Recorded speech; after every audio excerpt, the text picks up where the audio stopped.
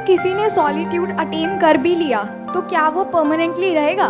मतलब एक पीरियड आया कि उसे लग रहा है कि हाँ वो अपने से फुली सेटिस्फाइड है, वो अपनी कंपनी इंजॉय कर रहा है, बट जहाँ वो फिर फेसबुक अगर उसने खोला और वो लोगों को अपने से ग्रो करता हुआ देख रहा है, तो वो एक टाइम बाद फिर उसे लगने लगेगा कि मेरे पास कुछ भी नहीं है। Let's give a big hand for her. ध्यान से समझना, जो बात इन्होंने कही बड़ी इंटरेस्टिंग बात बोली। अगर इस सॉलिट्यूड को हम अचीव कर लेते हैं, now what do we mean by achieving solitude? What do we mean by solitude? इसकी शुरुआत होती है दो चीजों को डीपली रियलाइज करने से। वन इज कि अभी जैसे मेरी लाइफ चल रही है, मुझे इसको ऐसे नहीं चलाना है। क्योंकि इफ यू से कि नहीं मुझे तो अपनी लाइफ को ऐसे ही चलाना है, फिर आप सॉलिट्यूड की बातें कर रहे हो, तो आप बन जाओगे, क्या बोलते हैं, थाली का बैंगन,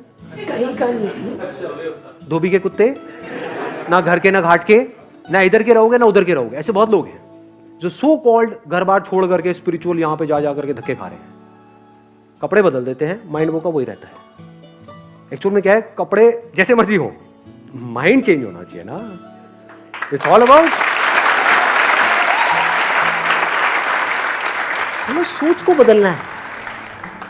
यही हम गलती करते हैं ना, उसके बिहेवियर में ये प्रॉब्लम है, वो गंदा आदमी है,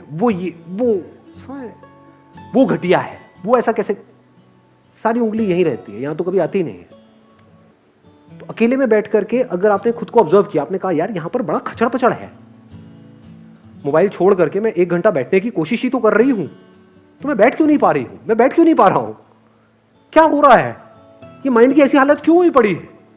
मतलब सब हिला पड़ा है अंदर से। अब अगर इस हिले हुए माइंड से मैं बाहर कुछ भी करूंगा, वो भी सब हिला पड़ा होगा। तो क्या ऐसे ही जीना है? क्या ये अपने आप ठीक हो जाएगा?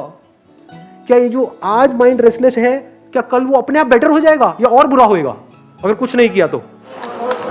देख पा रहे हो इस सच को? तो पहला स्टेप क्या है सॉलिट्यूड को डीपली समझने का या सॉलिट्यूड में जाने का? रियलाइजेशन ऑफ दिस फैक्ट कि आई एम सफरिंग। इसके लिए आपको समझदार होना पड़ेगा। बेवकूफ लोग इस बातों को कभी नहीं समझेंगे, उनके ऊपर से जाएगी सारी बातें। सर सब छोड़ो, लवली लवली 2 लगाओ रात को, और फिर देखो कहाँ जाती है आपकी ये सारी बातें, टेंशन पेंशन ये।